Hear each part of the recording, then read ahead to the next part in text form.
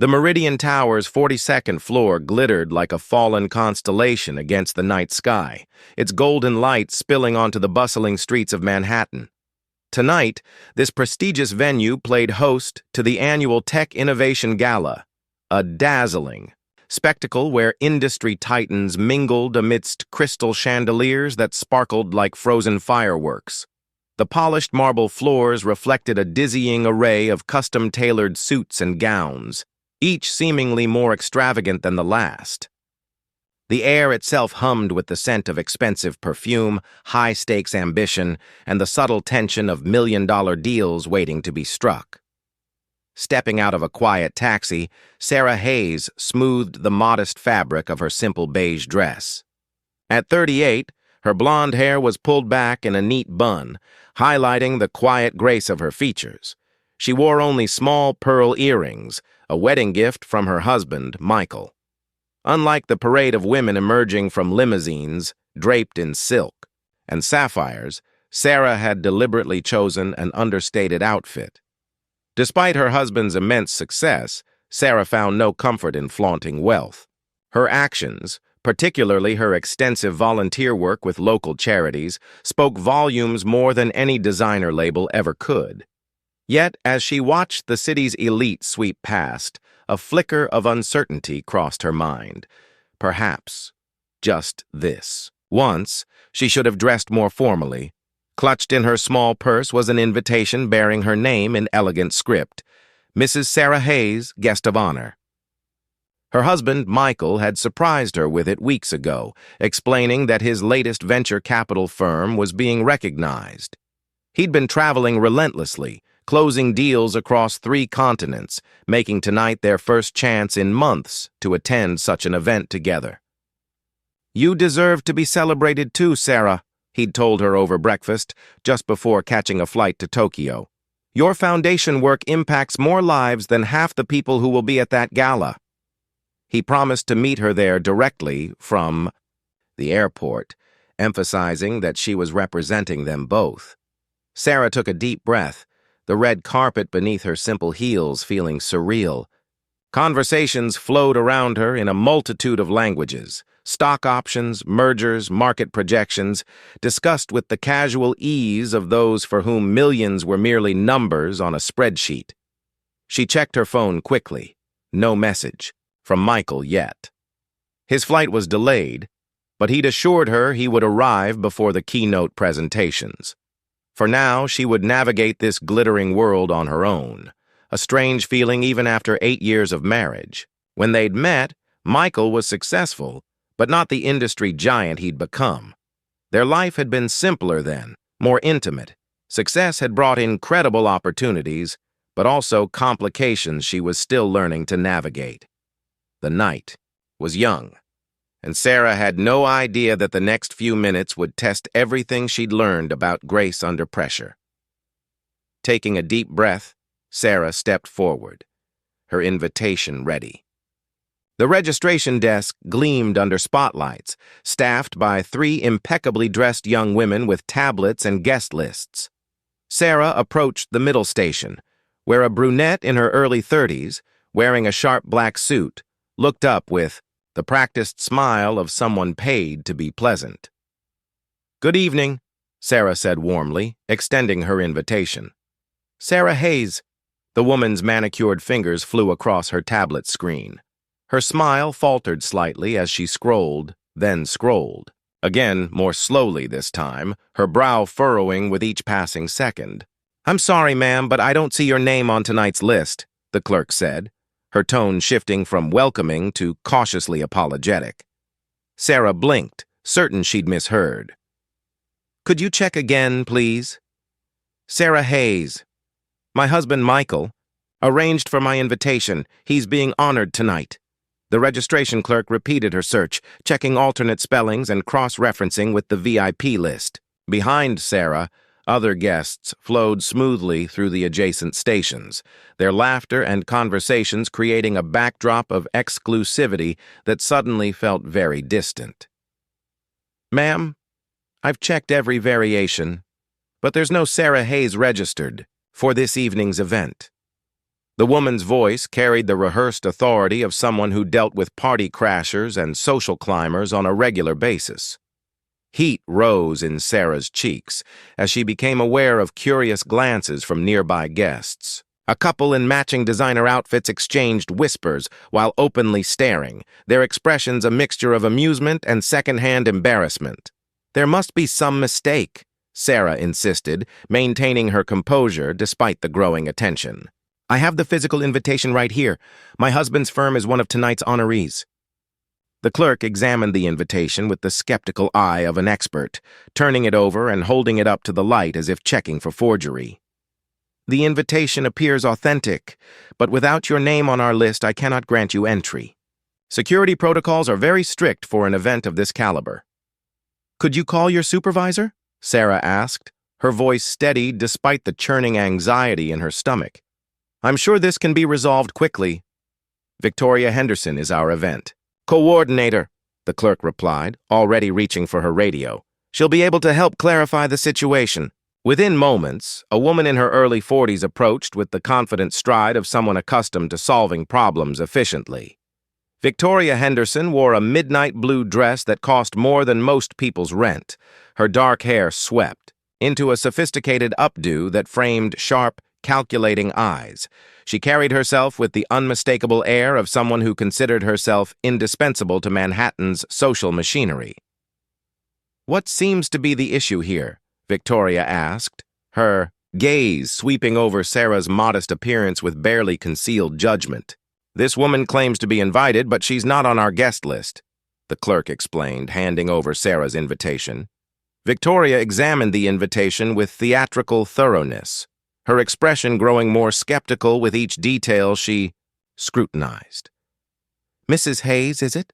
she said, pronouncing the name as if it tasted unpleasant. "I personally oversee the guest list for this event. Every name is carefully vetted and approved. I can assure you that no Sarah Hayes appears anywhere in our records." "My husband arranged my invitation," Sarah repeated, her patience beginning to wear thin. "Michael Hayes of Hayes Industries." Victoria's eyes narrowed as she processed this information. "I'm familiar with Michael Hayes, naturally. However, his attendance tonight is strictly business-related.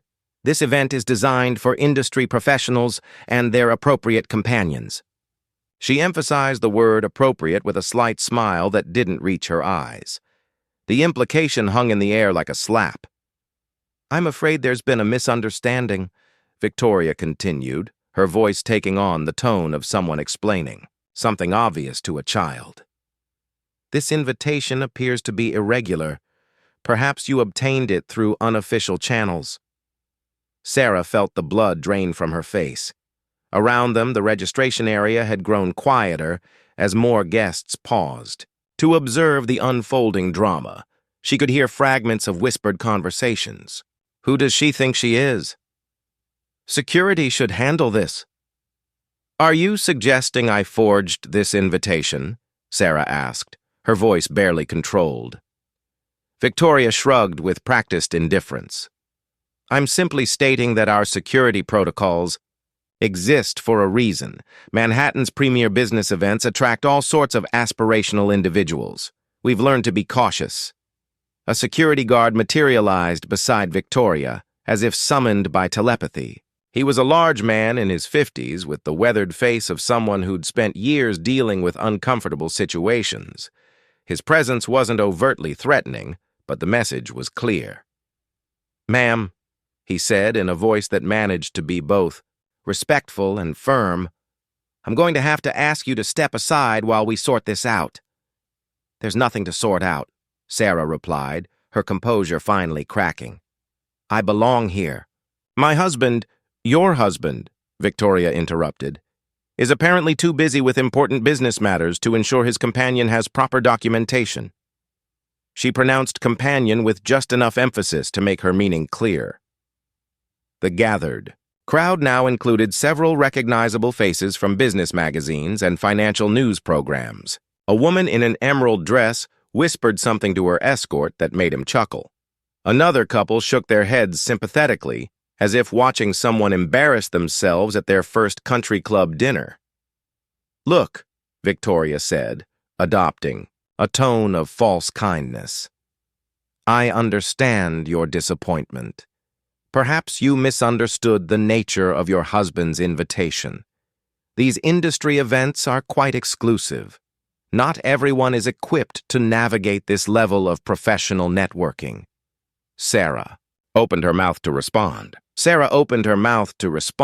A sharp retort forming on her tongue, when a familiar voice cut through the tension like a blade, silencing the whispers and freezing every head in place. Excuse me, what exactly is going on here? Every eye turned toward the elevator bank, where a man in an impeccably tailored charcoal gray suit was striding across the polished marble floor with purposeful determination.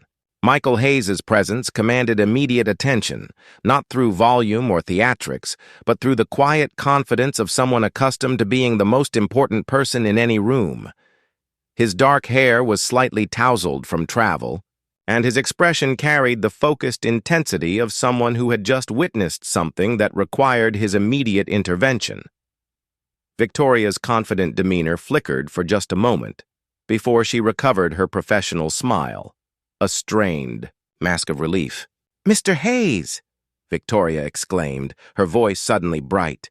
"How wonderful that you've arrived!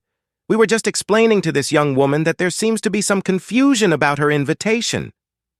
Michael's eyes moved from Victoria to the security guard, then to the cluster of onlookers before finally settling on Sarah.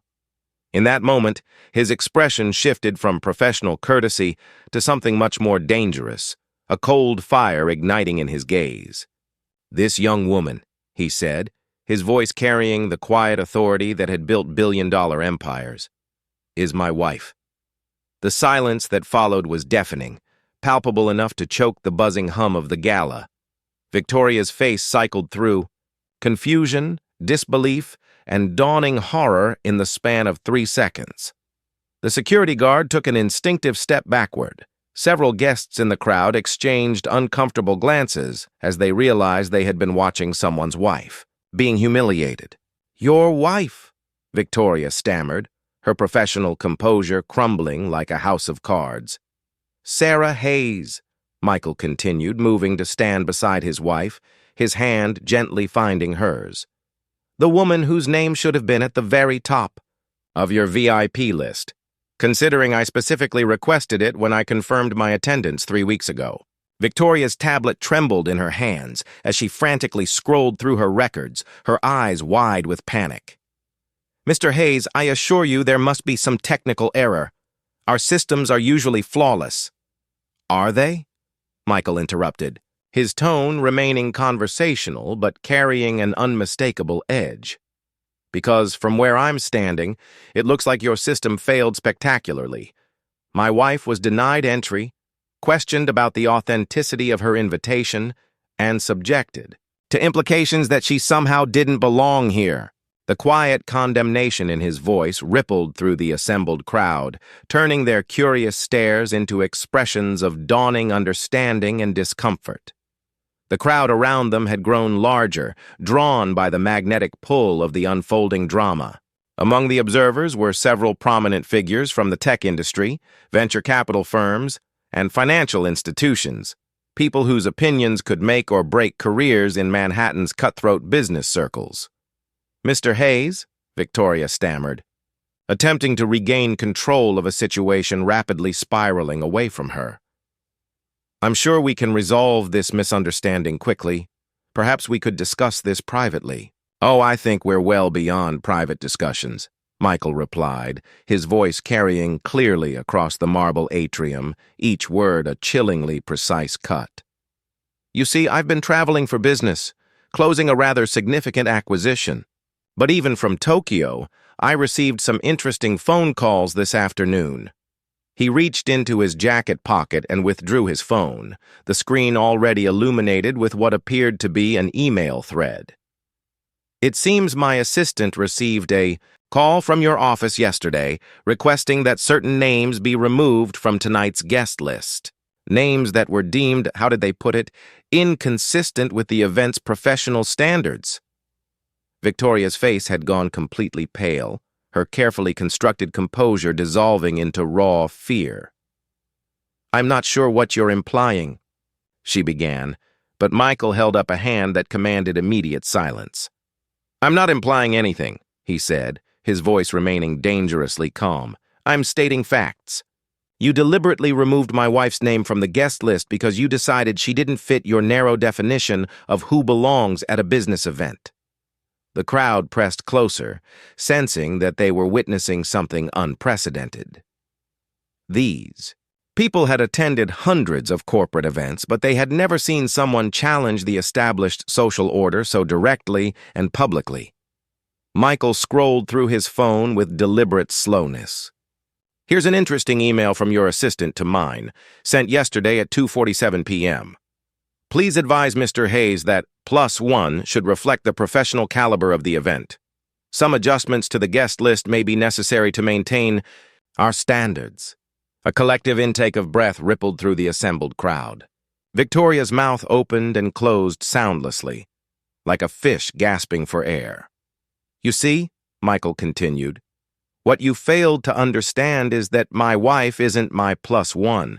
She's not some arm candy or social climber trying to infiltrate your precious event.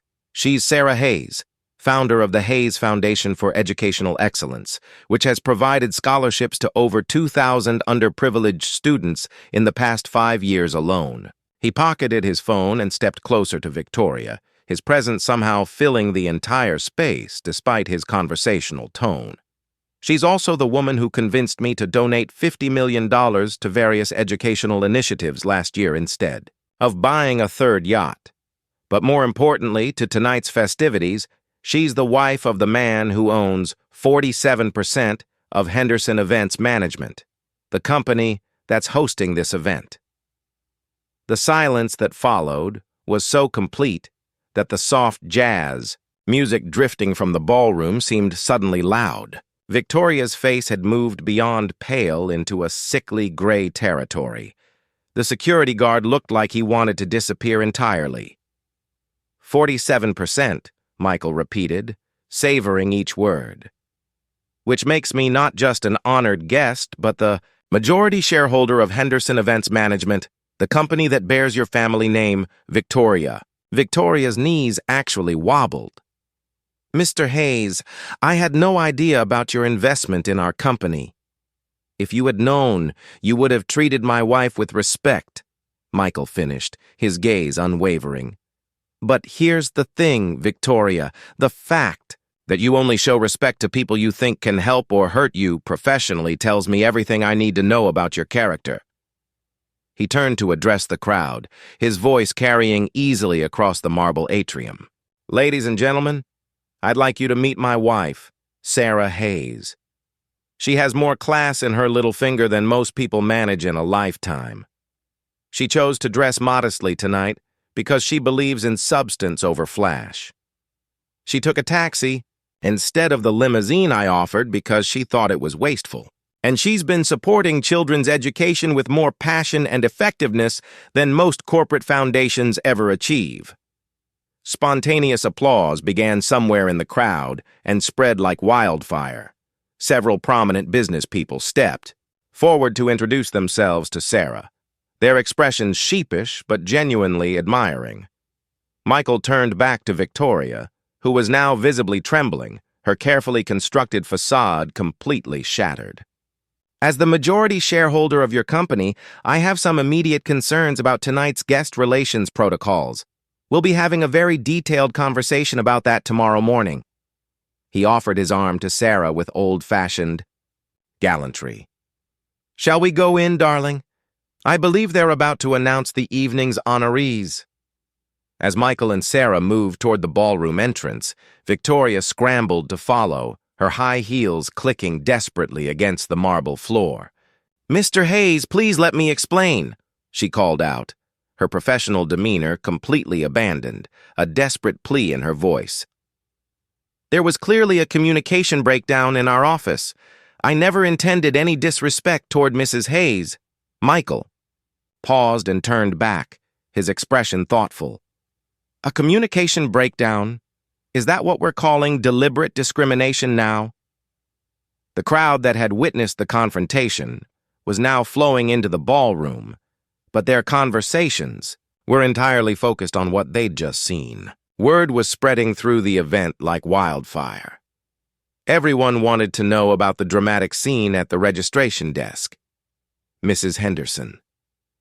Sarah spoke for the first time since Michael's arrival, her voice carrying a quiet dignity that made everyone lean in to listen.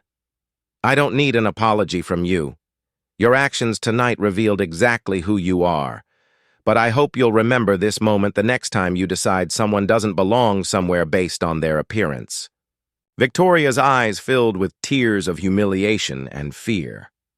As the majority shareholder, Michael had the power to end her career with a single decision. Mrs. Hayes, I am so deeply sorry. I made a terrible mistake in judgment. You made several terrible mistakes, Michael interjected, his voice firm.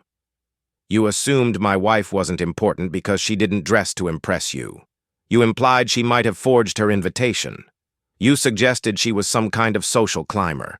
And worst of all, you did it all publicly in front of people who will remember this for years to come. A prominent venture capitalist who had been observing the scene approached them. Michael, I've been trying to reach you about the Portland deal. And Mrs. Hayes, I've heard incredible things about your foundation's work. Perhaps we could discuss a potential partnership. More business leaders began gravitating toward the couple, clearly eager to distance themselves from Victoria's side of the evening's drama. The social calculations were swift and brutal. Everyone could see which way the power wind was blowing. Victoria stood alone near the registration desk, abandoned by the staff members who had scattered like leaves in a storm. The security guard had quietly disappeared altogether, no doubt hoping to avoid any association with the incident. Mr. Hayes? Victoria made one last desperate attempt. Surely we can work this out professionally. My family has been in the events business for 3 generations. And that tradition ends tonight, Michael replied matter-of-factly. By tomorrow morning, Henderson Events Management will be under new leadership. I suggest you start updating your resume. He guided Sarah toward the ballroom, where the sounds of elegant conversation and orchestral music promised a much more pleasant evening. Inside the ballroom, the evening transformed completely. Word of the confrontation had spread through the crowd faster than champagne bubbles rising in crystal flutes. Everywhere Michael and Sarah went, they were greeted with newfound respect and curiosity. The irony, Sarah murmured to her husband as they stood near the floor-to-ceiling windows, overlooking the glittering Manhattan skyline, is that I actually prefer being underestimated. It makes people's true characters so much clearer. Michael smiled, the tension finally leaving his shoulders. That's why I fell in love with you. Most people in our position use their wealth as armor. You use yours as a tool for good, and you never let it change who you are. The evening's keynote speaker took the stage, beginning his presentation about innovation in technology and venture capital. Michael's firm was recognized with a prestigious award for their contributions to educational technology startups, and he graciously accepted the honor while ensuring Sarah was acknowledged as the inspiration behind many of their philanthropic investments. During the networking portion of the evening, several attendees approached Sarah specifically. Having researched her foundation work after witnessing the earlier scene, a prominent tech CEO expressed interest in funding educational programs, while a group of female executives invited her to join their monthly philanthropic circle. You know what's remarkable? Commented Margaret Williams, CEO of a major financial services firm, as she chatted with Sarah near the dessert table. In 15 years of attending these events, I've never seen someone handle public humiliation with such grace. You maintained your dignity when others would have either retreated or lashed out. Sarah glanced across the room where Victoria was conspicuously absent, having left shortly after the initial confrontation. Dignity isn't something you lose unless you choose to give it away. She tried to take mine, but that was never really in her power. As the evening wound down, Michael and Sarah made their way toward the exit, declining offers of after-party invitations in favor of quiet time together. They had accomplished more than networking. They had reminded an entire room of influential people that respect should be earned through character, not commanded through status. In the elevator descending from the 42nd floor, Sarah leaned against her husband's shoulder. "Thank you for having my back tonight." "Always," he replied, kissing the top of her head. "Though I have to say you handled that situation perfectly even before I arrived." "You never let her make you feel small." "Because I know who I am," Sarah said simply. "And after 8 years of marriage to you, I've learned that true power isn't about making others feel inferior, it's about lifting them up." The elevator doors opened onto the busy Manhattan street where their car waited to take them home. This story reminds us that appearances can be deceiving, and respect should never depend on designer labels or social status. Sarah's quiet dignity and Michael's protective loyalty show us that true class comes from character, not bank accounts.